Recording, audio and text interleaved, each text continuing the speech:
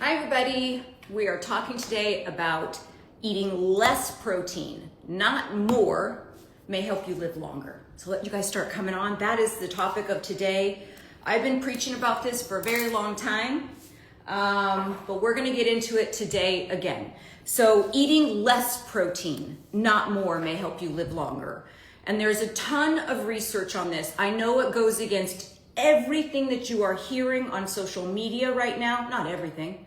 But a lot that you're hearing on social media right now is protein, protein, protein, more is better, more is better. No, that's not what the research is saying. So if you look at the blue zones, and you look at the research on the blue zones, the research on the blue zone suggests that a low protein diet, plant-based diet may support longevity and reduce disease risk. But what does it mean? Is a high protein diet unhealthy? And what does the science say? So that's what we're talking about today. If you are on this show because you thought I was doing a full body skincare, we have so many opportunities to do that in November because every Saturday I'm doing a major giveaway. So every Saturday will be a lecture with a major giveaway. Next week I have Dr. Shiva Lalazar, who's going to be talking about, she's a functional medicine doctor, brilliant. And we're going to be talking about detoxing. After that, we're going to be talking about all different kinds of skincare stuff right up through the holidays with big, giant giveaways every single Saturday. But today we're talking about eating less protein, not more, may help you live longer. And that has to do with the research that is done in the blue zone. So the debate over high protein versus low protein has intensified so much with, one person would say 1 gram of protein per pound of body weight. And then the next social media influencer would say, I suggest 2 pounds. I've even heard doctors say, I suggest 2 pounds for my clients. And my thought is like, what is going on? It doesn't make any sense. You will not find in any of the blue zones, anybody in the blue zones being on high protein diets. So the blue zones, that's where people live to be over 100 years old. And that tells a very different story when it comes to protein. Those types of communities have consumed significantly less protein, primarily from plant-based, than the Western average does. So is a low protein diet the key to longevity? It could be, because that's what I learned in school. And I'm not talking about school from 20 years ago. I'm talking about school at USC, the best gerontology school. And I got to study under some of the top longevity scientists that I had followed for years. Those became my professors. And so the information that I'm giving to you right now is not regurgitated crap that I'm hearing on social media. This is in the research. If somebody doesn't know what an abstract is, they probably shouldn't be citing scientific research. So this is not what is trending right now. This is what the science is saying. So the blue zones, those are identified by lots of different things. The National Geographic researcher Dan Bueter, but also the Netflix documentary Live to Be 100. And I actually was asked, I think it was by Prevention Magazine, to comment on that documentary. I think it was Prevention Magazine. I'll have to go through my press stuff and see. But I think it was Prevention Magazine that asked me to make a comment or write an article on that documentary, Live to Be 100. And those regions where people are living to be 100, where they have mass amounts of people living to be 100, places like Okinawa, Japan, Sardinia, Italy, Greece, Nicoya, Costa Rica, and Loma Linda, California. That's in California. And recently, Singapore even joined this elite group of super agers that are living to be very, very long. So across these geographic areas, there is a common thread, and that is a high consumption of legumes, whole grains, vegetables with minimal protein, minimal animal protein. Let me just back that up. It's not minimal protein. With minimal animal protein and a lot less percentage of calories coming from protein than we are doing here in the West. My education is in multiple different fields. That's why I speak about multiple different things. I can talk about skincare all day long because Skin is our largest organ, but I actually went to school many, many years and have 2 master's degrees to help you live longer. And so I always bring you in with the skincare in hopes to getting you looking your best, but really the goal is to feel and function your best and, and live as long as you can and look your best while doing it. So that's the goal. But when you look at these blue zones where people are living, well into their hundreds, they have that in common. Minimal animal protein, high protein in terms of legumes, whole grains, and vegetables. Okinawans, for example, their percentage of calories that they are getting from protein is 9%. And that's primarily from soy-based foods like tofu and miso, right? When you look at Costa Rica, you're looking at similar kind of things, but it's relying on beans and squash and corn tortillas for substance. So that's what they're doing in Costa Rica, and even Sardinia, Italy, and in Greece, where they're consuming a lot more dairy there, right? So you'd think dairy, that's an animal protein, their protein patterns would be much higher, but their protein intake remains modest. So modest protein intake, not high protein intake. And there is not a blue zone across the world where they are eating as much protein as Americans are. Because why? Because if somebody says we got to do something, we're going to do it 5 times as much. It's not what the science is saying. So when you look at our Western diet, and I don't mean the SAD diet, right? The standard American diet. I'm talking about people who actually are on this show, people who are going to be listening to that, people that have they're conscious about their health, they're wanting to live longer, they're wanting to do the right things. People that are on this show and people in the Western hemisphere, the high protein diets often are consuming 25 to 40% of their calories from animal proteins. 25 to 40%. Now let's look at Okinawa again. That's 9%. So 9% from Okinawa, Japan, primarily from plants, compared to our 25 to 40% of daily calories from protein. That is, or higher, right? Thank you so much. Yeah, we're going to talk about skin. I had a lot to say about skin, but not today. I'm going to be on here live again tomorrow because I did give a little bit of a poll in my stories today, and I asked people, do you want to talk about longevity hacks, or do you want to talk about, and I gave like longevity hacks, nutrition tips, exercise routines, full body skincare. And it was kind of deceiving because on the first one, most people said longevity hacks. And then on the second story where I was in my closet and I was saying how pale I am right now, so it's a good opportunity to do all of this stuff to my body because I don't have a spray tan on or anything like that. But when I did that, then everybody said body treatments. So I just decided, listen, I'm going to get you to live longer today, and tomorrow I'm going to get you to look better. I thought that was a very fair compromise. So again, when we're talking about Okinawans, we're looking at 9% of their calories, total calories from protein.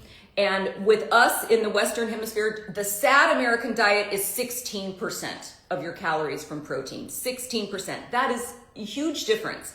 But when you're looking at these higher protein diets, those people that are eating 1 gram of protein per pound of body weight, or even up to 2 grams of protein per pound of body weight, we're looking at calorie consumption that consists of 25 to 40% of the total body, the total daily calories or higher. And that is just obscene.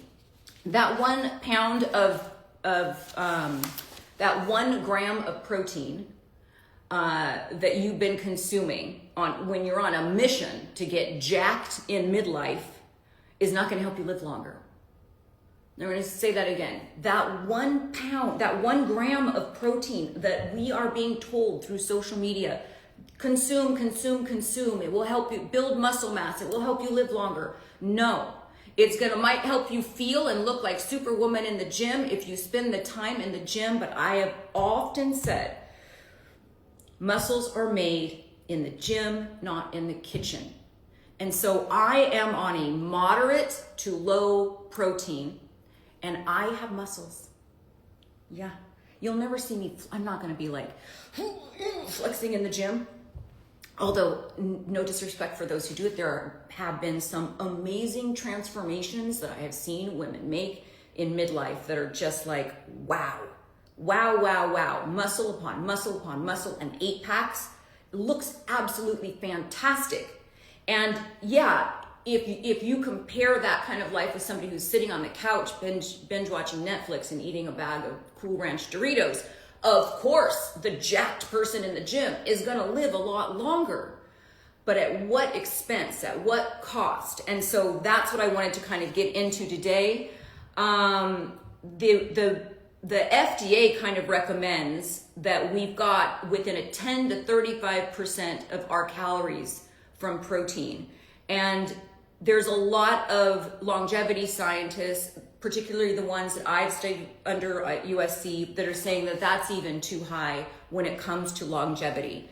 And so why does anything over, by the way, anything over that 10 to 35%, 35% is high, but 10 to 35% of your calories from protein, anything over that is considered a high protein diet. And we are in the middle, friends. I'm sorry, we're in the middle of a high protein diet fad.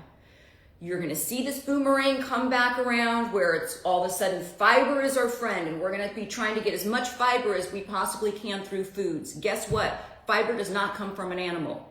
Fiber comes from plants. That's the only source that you can get fiber from, unless you're taking a supplement like my Fiberline, but fiber comes from plants, and protein comes from both. Protein comes from both.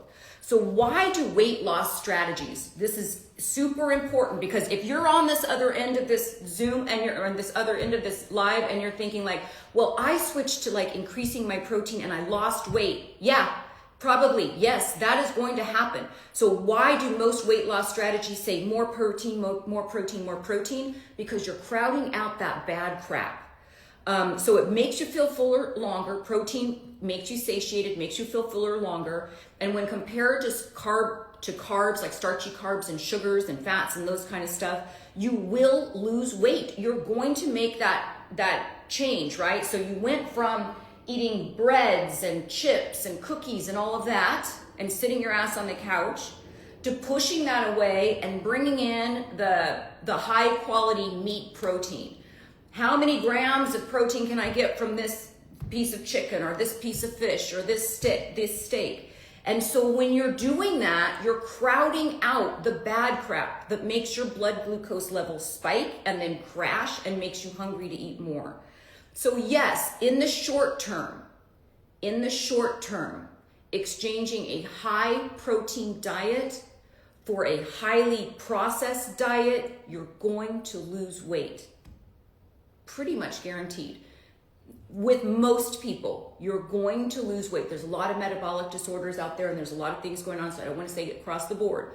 But that's why this high protein diet fad that we are on right now, when I know that you were in a high protein diet fad when a box of pasta has high protein on it, when a box of cereal has high protein on it, when they're selling these David bars that have 27 grams of protein in one bar with very minimal calories. And in fact, there is a very famous, I won't say where he's a professor, but a very famous podcast that is sponsored by David Bar. And I could not believe that person that I respect and I still follow, and everybody has their own formula, but they try to limit themselves to eating 2 of those a day. That's 27 grams of protein in a candy bar, in a glorified candy bar, times 2. 54 grams of protein just from 2 bars. Imagine all the other stuff that this person is eating, trying to get in their protein goals. And those protein goals were for this particular scientist, 1 gram of protein per pound of body weight, which is pretty standard across social media right now. That is not standard, and that's not what they are teaching in universities across the nation in terms of living longer. So what does the science say? We know that you're going to lose weight if you swap out those starchy carbs and sugar stuff for chicken breast. You're going to lose weight, but at what cost? So let's see what the science says. A study published in Cell, this is the study right here. Tons of data. Look, this is what it doesn't look. A study doesn't look like something that is an article like that. That's not a scientific study. A scientific study has an abstract. It has independent variables. There's manipulation going on. They're controlling things. They're researching things. They're using statistics to find out if it's statistically significant. There's a lot that goes into a scientific study, a lot of money that goes into it, a lot of research, a lot of time. They're not published every single day like this, like you're seeing people pull on things. But let's see what the science says. A study published in Cell Metabolism found that middle-aged adults who consumed high amounts of animal proteins were 4 times more likely to die from cancer and had a 75% increased risk of overall mortality compared to those on low-protein diets. I'm going to read that again. A study published in Cell Metabolism found that middle-aged adults, 57 here, who consumed high amounts of animal protein were 4 times more likely to die from cancer and had 75% increased risk in overall mortality. So any type of thing that would kill you, cardiovascular disease, anything that would kill you.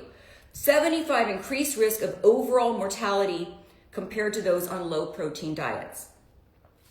However, the study goes on to say, this risk was not observed in individuals over 65, suggesting that protein needs may increase with age. This is exactly what I was taught in school, that at 65, we can add some more protein in there. Get as much protein as you can. That's not true. Concentrate on plant-derived proteins. If you're looking at longevity and the science behind longevity, Not Afraid of 50 said, this just encouraged me. I'm so glad Not Afraid of 50. I'm hoping to. That's what I hope to do. I don't want to just make you look great and let you have good skin, teach you how to have good skin. I want to keep you on the planet long enough to enjoy that good skin. Okay, so let me just get back to where I was saying. This is exactly what I was taught in school, that get as much protein as you can through plants, lean meats and stuff after that, and that at age 65, when our protein synthesis starts decreasing, that's when we need to add more external protein from the outside. So amazing, right? So all-cause mortality went up with high protein diets. Cancer went up with high protein diets. And it's only suggested, the only risk that they did not see is in people over 65. So if you're not over 65, should you be somebody who's on a high protein diet? No. And I'm going to go over the risks.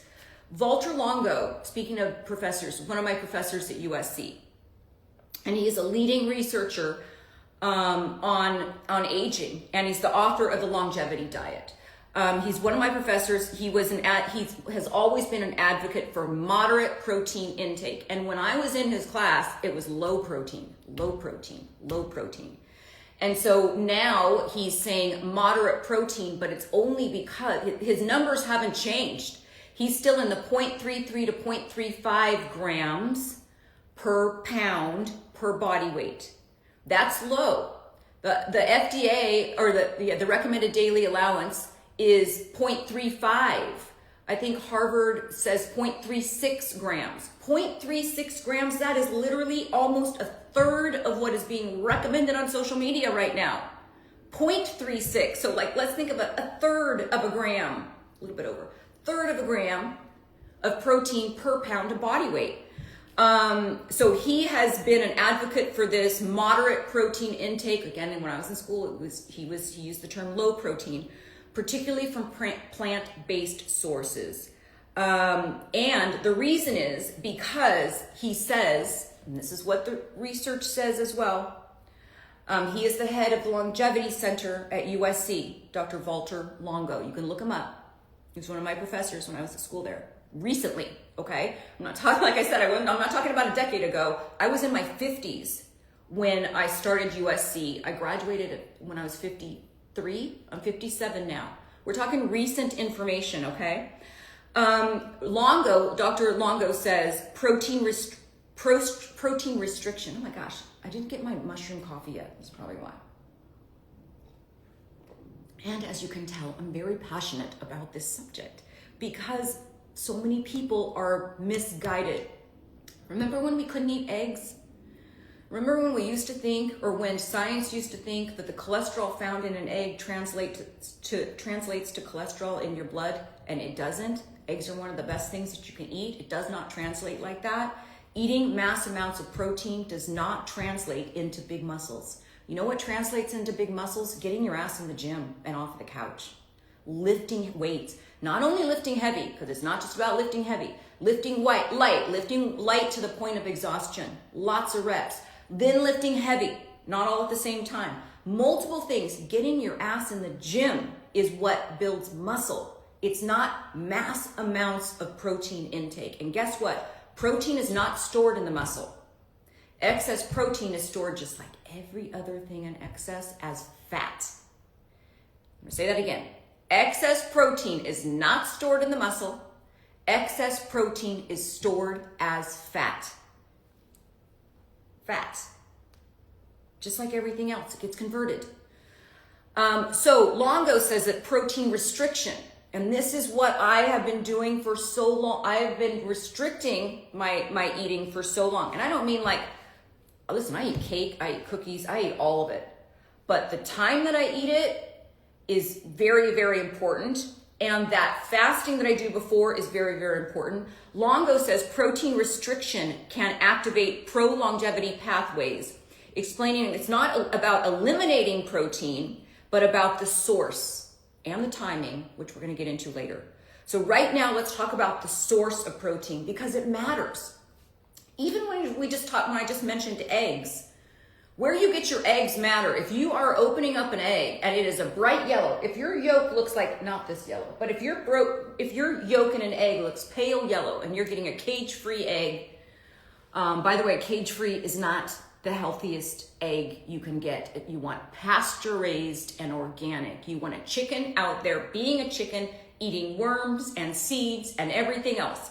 That's what you want laying your eggs. So I buy my eggs from my gardener's wife, who's got a small farm, and so every Friday he will bring me a dozen. He didn't bring me them yesterday because my husband had a work day in the other room, so he didn't come, but he's gonna come later today. It was every color of egg you can imagine: green, yellow, brown. And when I cracked open those eggs, and I'll put it on my story today because I did take a video of the last time I did it. I mean, we're talking orange yolk. That is a highly nutrient-dense egg yolk. Coming from a chicken that is raised in a pasture. They are running around on grass, in weeds, eating nuts and seeds and worms and things like that. Okay, a chicken being a chicken. Cage-free are those big tents that you see on the when you go into rural America, where all my family is. In the Central Valley of California, there's all these farms, and you see these big white house-looking things. That is a cage-free chicken, and that is not a healthy chicken. Those chickens are running around without cages, walking all over each other.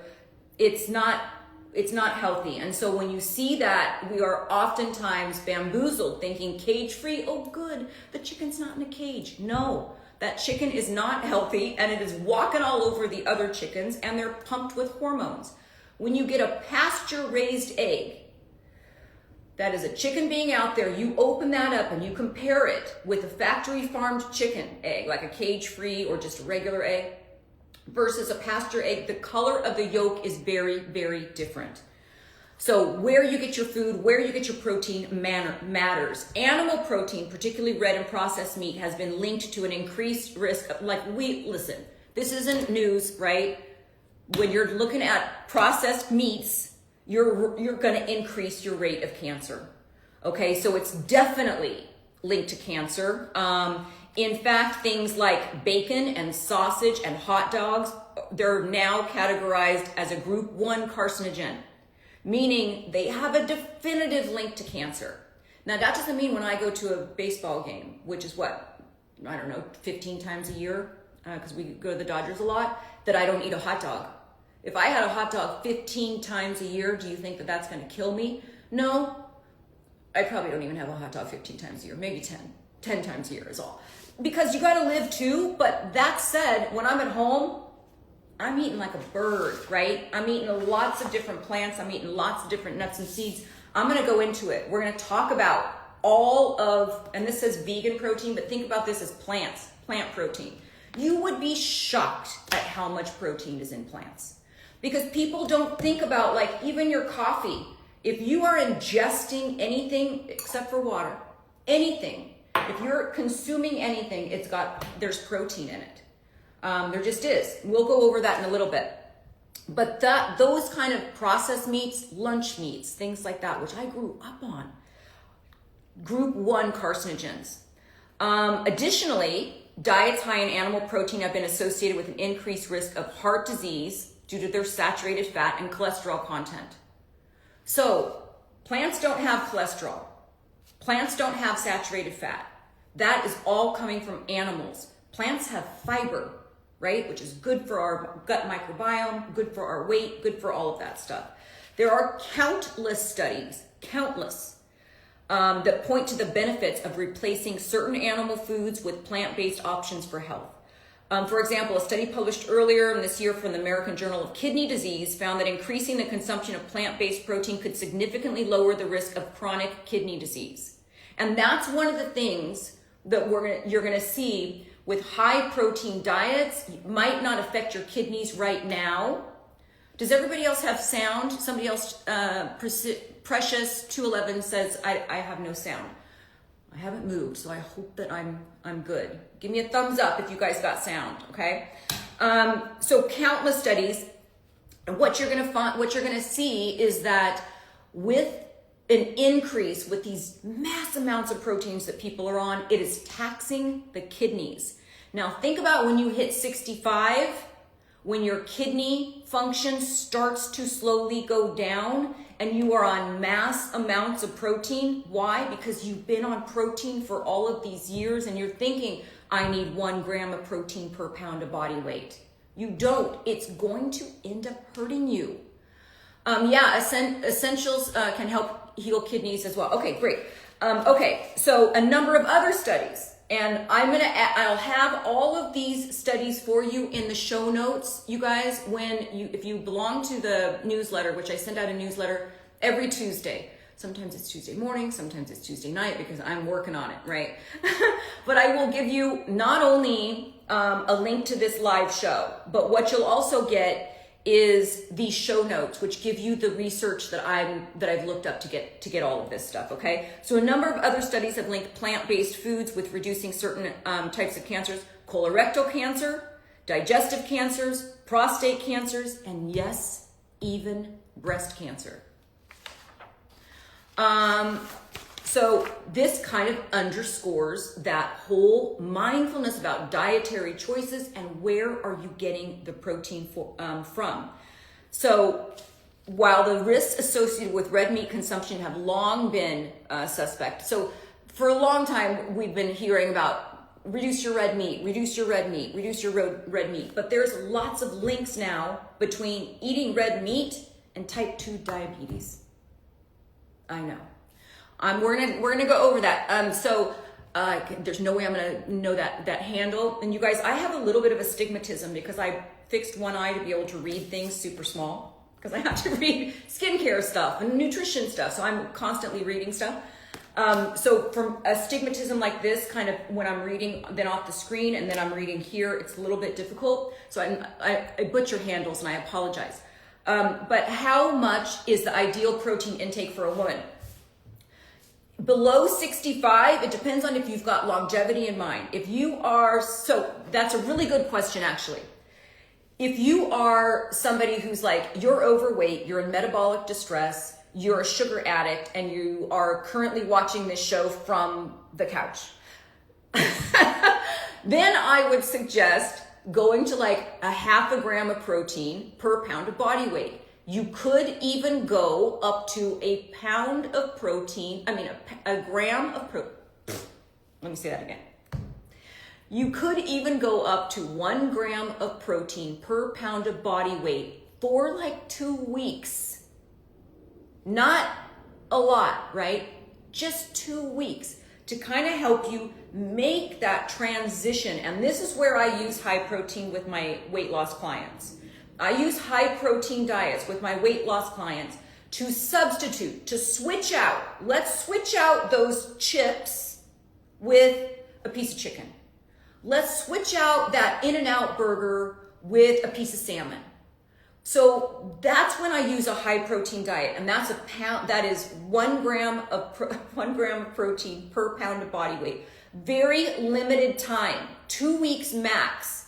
Then I start adding in more vegetables, adding in more. Of course, I added more vegetables in the beginning, but when I'm making the swap, it is a more of a leap for people to make a swap between a bag of chips and broccoli, or a bag of chips and a chicken breast or eggs. That's an easier leap for some people, so I let them take that easier leap first, and then we start incorporating vegetables, as many vegetables as you can eat, and I'm going to tell you exactly how I do that. Now, when you're looking at the RDA,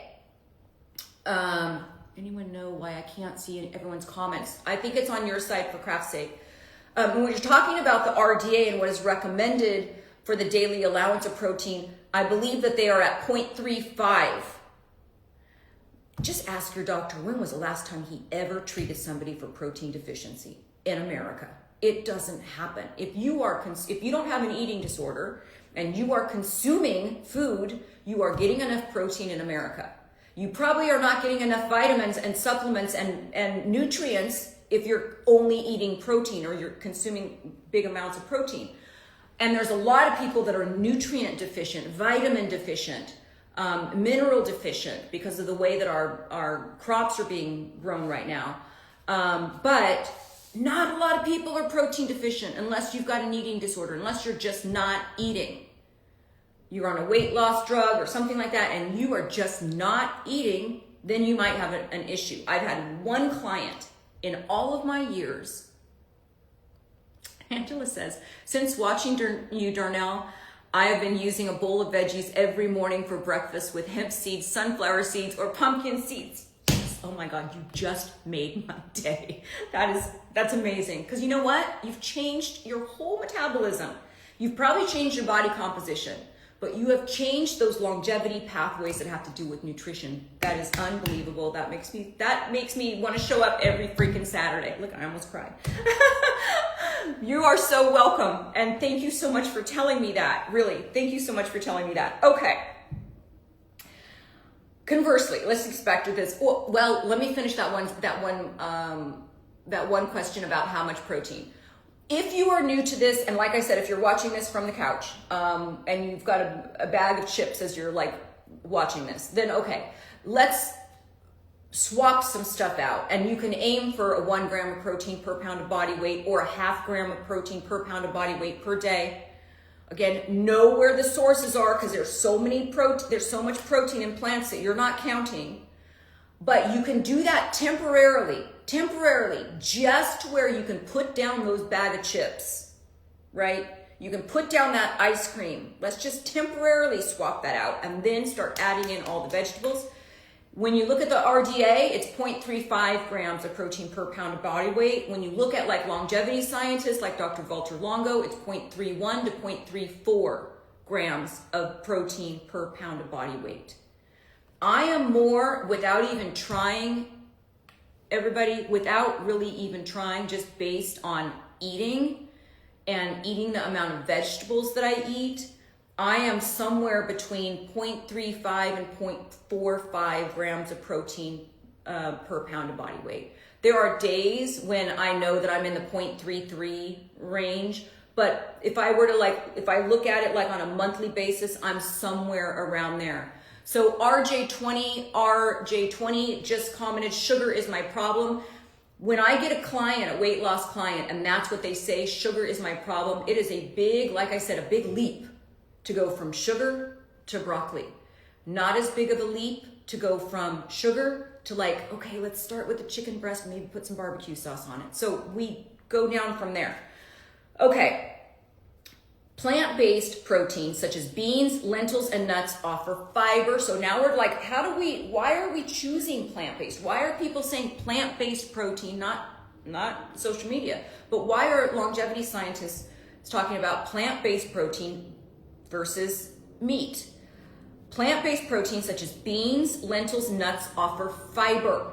Fiber slows down the way sugar hits our bloodstream, everybody. It does. That's why I have a product. My number one selling product is Fiberline. It's such a simple product, but it freaking works because it creates this gel in the lining of your small intestines that slows down the way that glucose is pulled through the lining, and so it's not creating those big spikes of blood sugar. So fiber is our friend. If I can have you guys prioritize fiber over protein, you're going to live a lot longer. Fiber over protein, you're going to live a lot longer. It's not like you're going to be protein deficient as long as you're eating, okay? So you get the fiber, you get antioxidants, you don't get that from meat. You get polyphenols, you don't get that from meat. They help to reduce inflammation and support gut health. A study published in JAMA, Internal Medicine, found that replacing just 3%. So remember, when we're looking at Okinawa and the blue zones, they were at 9% of their caloric intake was from protein. If we can just replace 3% of our caloric intake from animal protein to plant protein, you are going to reduce the risk of premature death by 10%. That's a lot. You're swapping out 3% of your caloric intake that was animal protein to plant protein, which I'm going to give you. I'm going to tell you exactly what to eat. That reduces your premature death by 10%. You can do this by making one meal vegan. And that's what I do. That's what I do. So we're going to get into when that happens, when I eat, but that's what I do. My lunch is always all plant-based. As many colorful fruits and vegetables as I can possibly consume after I've just done intermittent fasting. Now, intermittent fasting is a whole other subject. I've done a whole live on that before. I'm going to get a little bit into that when I talk about when we're talking about Dr. Walter Longo's work and when is the best time to eat.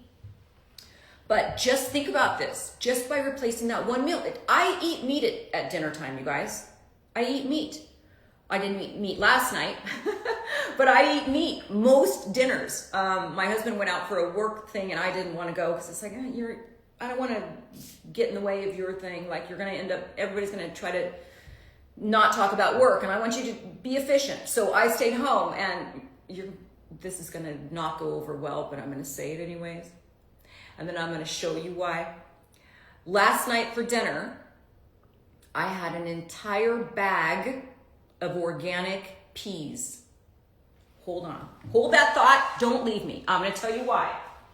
I'm going to grab the bag right now.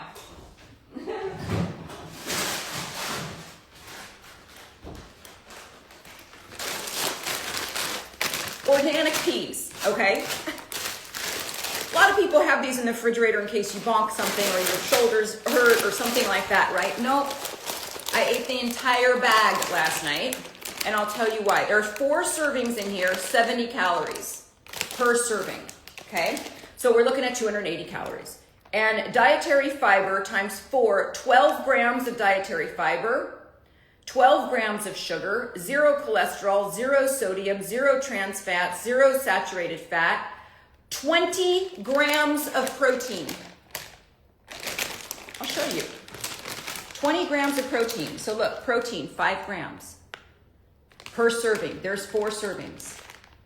20 grams of protein in this thing of peas. And when you look at here, number 1 on the list for protein, green peas, 1 cup. 6.6 grams of protein. Yeah. Okay, putting that back. Side note, sorry. It's a very active show. Okay, so remember, just by replacing one meal, I used to do when I first started out. Jacarola says, currently I have a bag of peas in my knees, on my knee after surgery. Okay, great. Cook that sucker up afterwards and you've got a really good meal full of fiber. Now, that's not the way I typically eat because normally I live off of stir fries and soups, you guys, for lunch. I'm not kidding. Yeah, I cooked the peas, cooked them, obviously, put a little bit of salt, a little bit of pepper. That was it. Ate them right out of I've got a handled soup thing. So good. Honestly, so good. You can even put like a little bit of butter, a little vegan butter in there. Delicious.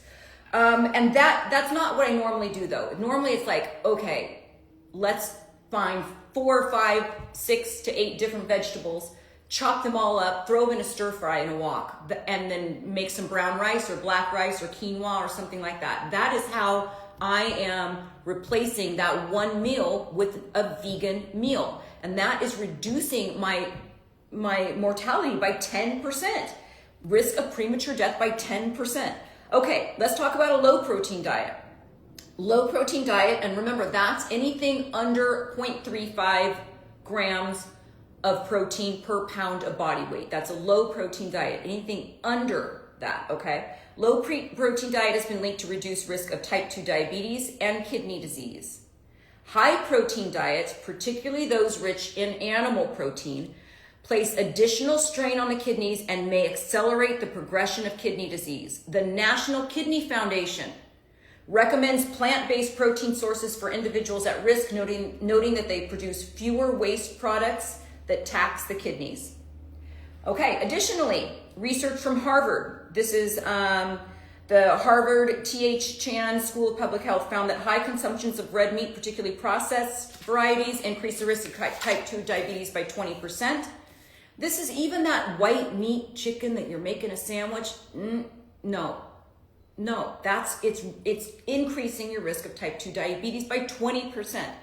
Meanwhile, plant-based proteins such as nuts and legumes, this is always on my counter, always.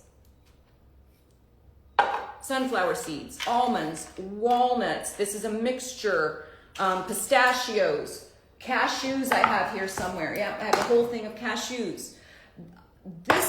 This is what I mean by eating like a bird, right? So I will have every kind of plant that I have in my refrigerator, mix it all up in a stir fry, either have a little side of quinoa or a little brown white rice, and then as I'm snacking, these are my snacks.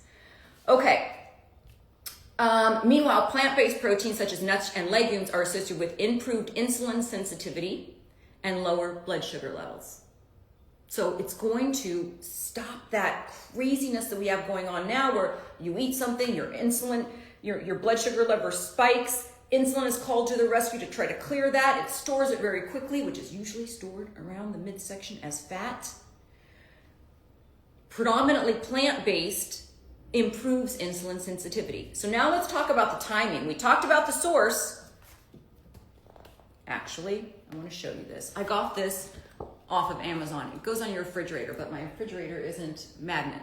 I brought this to the Live Young Healthy Aging Retreat, and I had this out there because we ate at the Live Young Healthy Aging Retreat the same way that I eat at home. We had all vegetables for lunch. We tried to push a little bit of the intermittent fasting. I'm going to get into the when.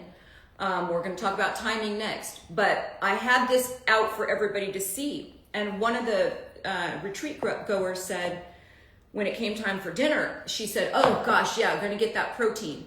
And I said, let's make no mistake. Your lunch that you just consumed earlier today has the exact same amount of protein, if not more, than the dinner you're consuming right now. Because you would not believe the amount of protein that is in vegetables. So peas, lentils, bean sprouts, spinach, corn, it's ridiculous. I'm gonna make, when I send out the newsletter on Tuesday, you guys, I'm gonna make sure that this is in that newsletter. I'll take a picture of it. I'll put it on the newsletter so that you guys can see. it's pretty amazing. And you want to know something even more amazing? This is all the nuts and seeds. So these are the vegetables, nuts and seeds, grains, beans and legumes, meat substitutes, which I don't really do, although I will do tofu. That's not really a meat substitute. And dairy alternatives. I do dairy alternatives. I do not normally consume dairy. If I'm at somebody's house and they've made something for me, or I'm at a, out at a restaurant, I'm not going to be that person that says, I never, ever touch dairy. But it's not something that I consume on a daily basis. I can go months without consuming dairy because dairy causes inflammation in your body. Why are we drinking the milk made for a calf? Really, honestly, okay? Just logic, right? But I do have, like last night after I had my whole bag of green peas, I then had a coconut-based yogurt with a cup full of frozen blueberries in there. By the way, absolutely delicious because you stir that around. A cup of blueberries, that's a lot. Organic, obviously, because blueberries are covered in pesticides. If you don't get them organic, don't eat them. And so, by the way, any questions that I see, Joe Bibo, I see questions coming. At the end, I'm gonna scroll back and I'm gonna answer all the questions, okay? I just wanna make sure that I get in what I wanna talk about. But I see you. Okay, so I will have this here. By the way, what I was trying to say was that 1 cup of blueberries with, I want to say, a half a cup maybe of a coconut yogurt alternative with probiotics in it. Mix that together and it forms like this kind of, almost like a yogurt encrusted blueberry because it freezes around it. Absolutely delicious and super, super good for you. Okay. Let's talk about timing. We've talked about the source, and like I said, I will have this on the newsletter. If you are not part of the newsletter, you can subscribe to the newsletter just by going to liveyounglifestyle.com. You will be prompted. That's where you get all the free protocols. There's lots of free stuff there. My assistant always says, you'd give away the farm if you could. It's true. Because I want people to live longer. Anyways. If you do not belong to that newsletter, go to liveyounglifestyle.com. You will be prompted. Join. I do not ever sell your information. I can't believe people do that. Seems criminal to me. And I will not bombard you with a bunch of stuff. You will get a link to replay this. You will get all my show notes, including like little things that I use like that to show you. You'll get the research that I used. And that's it. And then whenever I have sales and stuff on supplements or on the red light mask or microneedling and stuff like that, you'll be the first to know. And by the way, I have a course coming out that starts January 5th, which is the first Monday. I just realized it's today. It's the first Monday of 2026. That's when it starts. And it ends March 20th, the first day of spring. And it's 10 straight weeks. Arm in arm with me. You guys are coming through me, coming with me. Right along everything that we do to help us live longer and look better while doing it. So it's not just what we eat, it's lots of different stuff, lots of different subjects. And I'll go into that more when I do the giveaway. Coming up in November is when we start our big season of giveaways, and that course valued at close to $3,000 because it is 10 straight weeks, 5 days a week. It is like going to school. It is it's half off now through the end of the month. It's $1,500 or something, and there is finances and stuff, but I am going to give that one of those spots away. Okay, let's talk about the timing. We talked about the source. Getting your protein from predominantly plant-based lowers disease and all-cause mortality. Meat consumption is linked to type 2 diabetes, cancers, cardiovascular disease, and more. It doesn't mean if you eat meat, you're going to get cancer, everybody. Okay. So don't say like, I eat meat, there no says I'm going to get cancer. No, it's not what I mean. But it does mean that by adding more plants and reducing these crazy, insane levels of protein that are preached by fitness influencers and health coaches across social media, you will reduce your risk of disease and live longer. Yeah.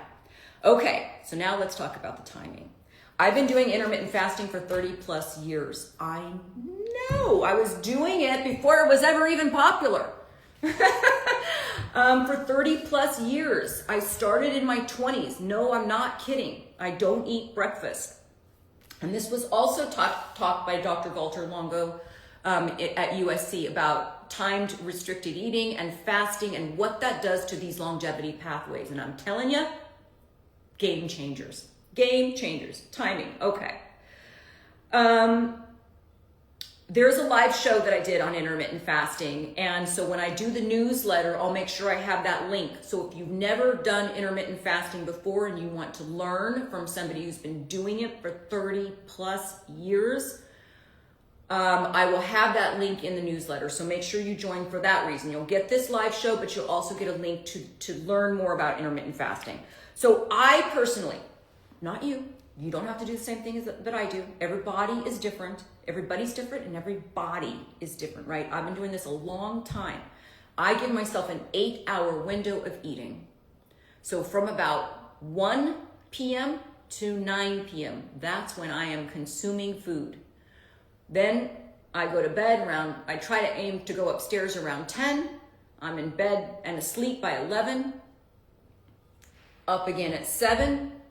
And then I don't eat until 1. That is a 16-hour fast with an 8-hour window of eating. And I've done it for 30 plus years. It's in these times of deprivation. Now, here's why it works. In times of deprivation is when your body repurposes those damaged proteins. And think about it like a wrecking yard, a car wrecking yard, right? It's like, oh, here comes this jalopy that's like all damaged and fucked up. What it does when you don't have protein racing through your whole system because you're not consuming it, you have this window where you're consuming and this other window where you're fasting. It allows your body to reach into itself and take those damaged proteins like that old jalopy and go like, you know what? We don't need that ashtray. This side mirror is shot. This tire's bad, but I have got these other parts. Let me just fix this. Voila, new protein. And the other damaged stuff, it gets rid of. It does not do that when you're constantly consuming. And our bodies were not made to constantly consume. We didn't, in caveman days, there weren't refrigerators, there weren't pantries. You gathered and you foraged for stuff, or you went and killed something. You plucked it, plucked it from the earth, all of that. But we would go long periods of time without eating. Not long periods of time without water, but long periods of time without food. Yes, that is very helpful. It's called autophagy, and that is where in those times of deprivation, those damaged proteins are repurposed and changed into healthy proteins, eliminating the bad and making new. That's autophagy. Now, there are supplements on the market that can help you do this as well. Like I take spermidine by Primadine. You can always just comment Prime on any of my, I hope that auto population thing is still working, but you can comment Prime on any comment section of posts, not here, of my main feed posts, and check your DMs. You should get a link to a discount for Primadine. It is spermidine. That is been discovered to help turn on those same longevity pathways of deprivation without having to be deprived. Does that make sense? It turns on autophagy without having to fast. Do I take that? Yes. Do I fast? Yes. I do it all. I do it all. But to be honest with you, why would you only take a supplement to turn on autophagy unless you've got a medical condition where you absolutely cannot fast? Why would you only take a supplement when there's all this research that tells you the benefits of replacing meat protein with plant protein? And all of this evidence, and there's tons of it, talking about how in times of deprivation, timed eating, strategic eating, where you're not just waking up and grazing, consuming throughout the day. What can I put in? No. But you're having those timed, specific times when you eat and specific times when you're not. That turns on autophagy by itself. And so I do both. I take Primadine and I also do a 16-hour fast every day. Yeah, I do intermittent fasting. It allows for autophagy. I eat predominantly vegetables and smaller amounts of meat for dinner. I also take spermidine. I also work out like a beast. Why? Because my genetics are not great, to be honest with you. Alzheimer's disease is on both sides of my family. My dad's brother and my mother. So kind of fucked when it comes to the genes of it all, right? So anything that I can do to help that, and autophagy helps that. Why? Because there's so many damaged proteins that we have in our brain. And so in times of deprivation is when you are able to actually restructure those so they're not causing all of that oxidative stress. Okay, I also take MetaHealth, which is berberine. MetaHealth is my brand, but berberine also reduces your blood sugar level because there's a lot of research that talks about increase in blood sugar level and its relationship to Alzheimer's and dementia. In fact, type 2 diabetes is oftentimes called, I forgot what, you know what, forget that I was gonna say that. Alzheimer's is associated with type 2 diabetes, and there's often called like a type 3 diabetes, which is literally Alzheimer's. So it's where that diabetes has now transferred into a disease of the brain. I know. Okay, I get this question all the time. Muscle maintenance without meat. You guys have got to watch this show called The Game Changers. I'm not kidding. It is a vegan athletes, high performance football players who are vegan. My trainer, Rob, is vegan. He is ripped. I mean, ripped. He's not doing big protein powders and all of that. He is making his muscles in the gym, not in the kitchen, in the gym. You tear the muscle fiber. You don't just feed it protein. Hey, I'm gonna eat all this protein. I want it to go here. That doesn't work. You need to tear the muscle fiber so that it rebuilds itself, and you don't need mass amounts of protein to do that. I wanted to talk about one thing and I forgot it, which is like people, there could be a question in here, so I might answer a lot of these questions before I get to them. I'm going to get to them, so hang on, you guys. This is important subject matter. Just as important as your skin. Hang on, we're gonna help you live longer. Your body makes 11 amino acids. There's 20 amino acids in protein. 9 are essential, meaning we need to get them from the foods that we eat. 11, our bodies make them. Our bodies are so amazing. It blows me away every day. It does. If we would just get out of the fucking way and let it do its job, right? And not poison it and not do things that are harmful to it, but just get out of the way and let it do its thing. An avocado, guess what? Has the 9 essential amino acids that you need to get from your food. An avocado. Why? Because the other 11 we make ourselves. So an avocado being a protein source, a plant-based protein source, is great because you're making the other amino acids. Okay, muscle maintenance without meat. One of the biggest concerns surrounding low protein diet is the loss of muscle mass. And that's why you see all of these fitness enthusiasts like 1 gram, 2 grams of, they're eating these David bars. They're doing all this crazy stuff, all these powders. In what world do we think that we need to consume protein in a powder form? That's not what our ancestors were doing. That's not what Blue Zones are doing at all. It's insane. And most of the power bars, I only say power bars because that's, the protein bars, most of the protein bars are glorified candy bars. They're glorified candy bars, lots of sugar. And we don't need all that protein. We know it's taxing to our kidneys. And it's not doing anything for us. I just don't understand. Anyways, okay, let's keep going. Research suggests that adequate plant protein combined with resistance training is sufficient to maintain muscle mass. I'm telling you it is. Yeah, plant protein, it is. My trainer ripped beyond belief.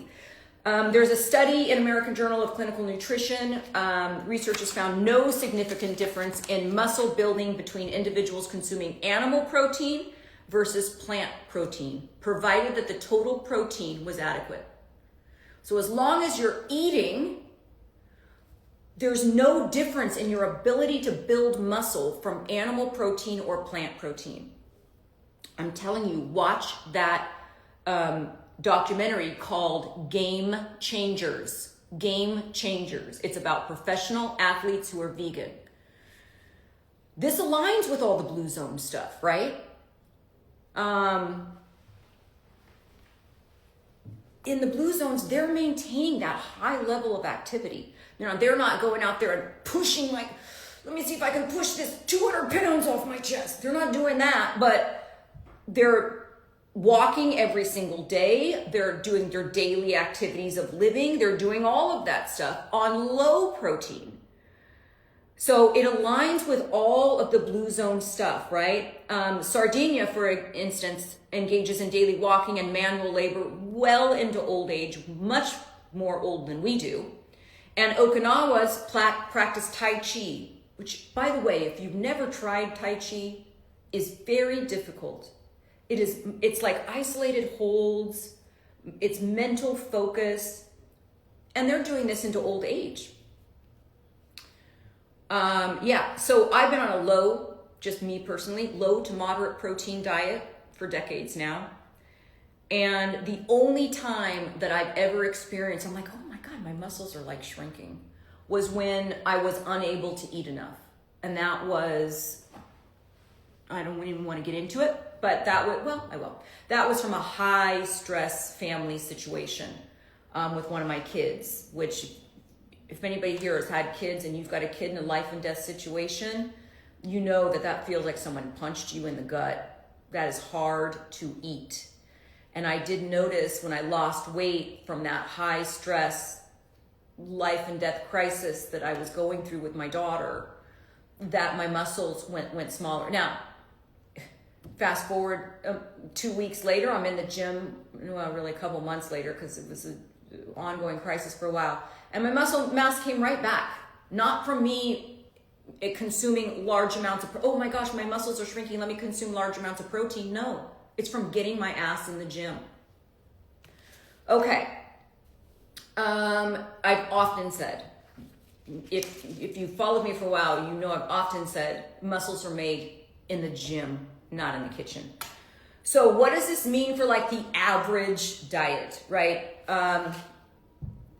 I just stopped counting. Honestly, for me personally, I stopped counting my macros. I know that I'm getting enough food, and I'm eating so many vegetables for lunchtime, and I'm getting small amounts of meat for dinner. I eat eggs. My protein, when I just had my blood work done, my protein is not like super low.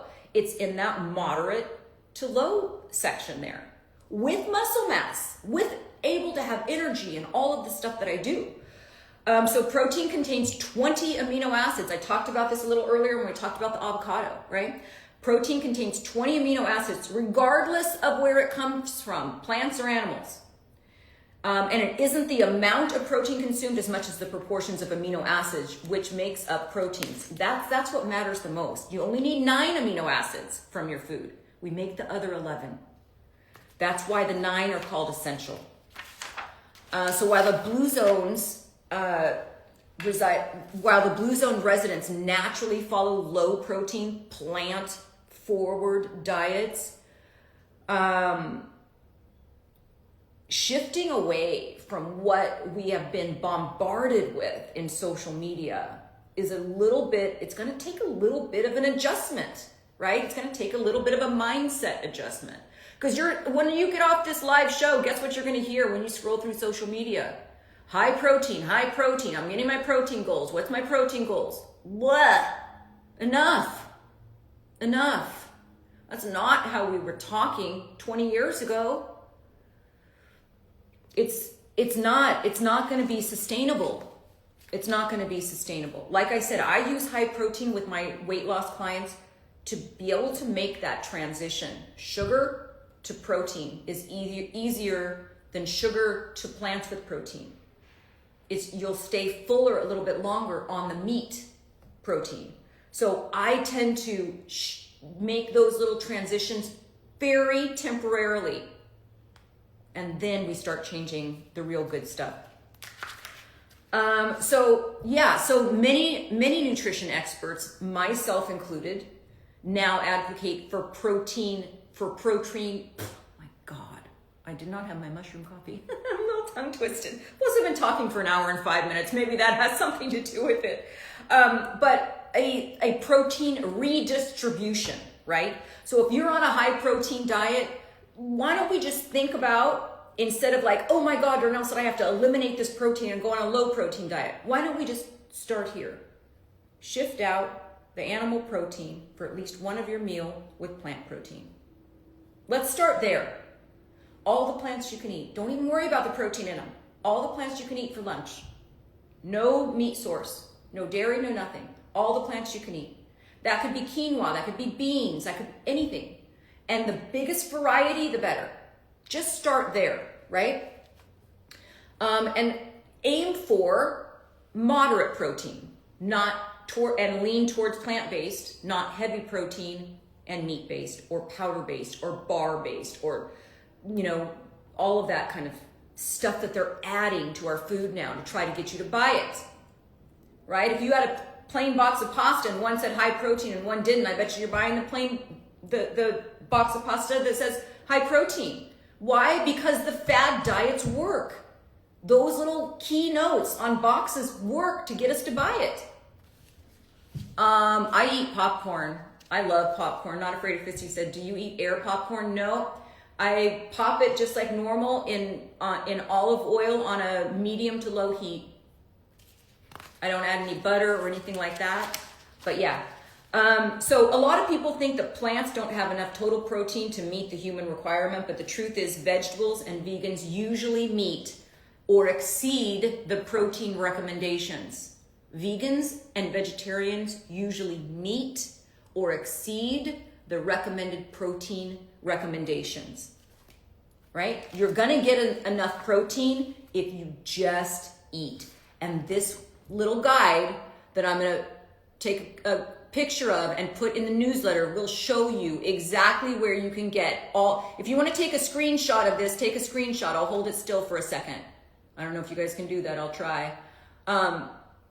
Terry Block just said, how much protein do you eat? If you can take a screenshot, take a screenshot. Otherwise, you can wait until the newsletter. I eat between, it depends, but somewhere between, I want to say 40 to 55 grams of protein a day. It is not a high protein diet. It's not. Why? Because I want to live longer. I want to live longer. Now, when I turn 65, I'm going to readdress that. And I'm going to up my protein a little bit. A little bit. Okay. So things to consider. Animals don't have fiber. Plants generally don't have saturated fat.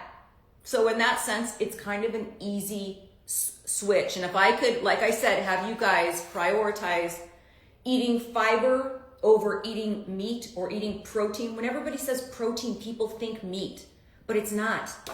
A lot of protein in vegetables. Prioritizing your fiber, you're going to get everything on this list plus protein. Okay, I'm going to go back now and answer questions. Okay, let's go back. Oh wait, I just got something that said for those of us over, when you get a chance, let us know for those of us when we are 65 and up, how much protein should we start getting? That's going to really depend on your activity level and a bunch of different stuff, and you know your body composition and stuff.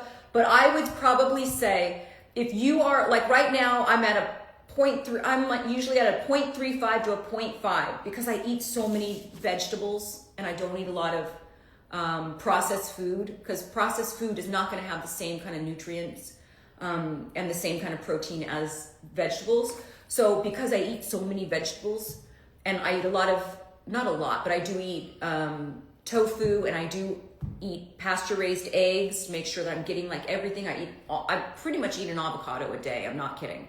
And avocados don't even have to be organic because it's on the EWG's Clean 15.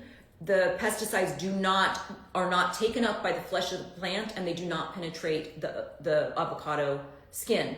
So I eat an avocado a day. So I know that I'm getting really good high quality protein. That said, when I get to be 65, It could be something as simple as adding 2 more eggs a day. Right? Take what you're really eating and add a couple more eggs a day. So it might be that when I turn 65, maybe instead of going to 1 o'clock until I eat, I can break my fast at like 11. So I'd have a 14-hour fast and break that with vegetables and then add 2 eggs. It's not as complicated as we want to make it. It's just not.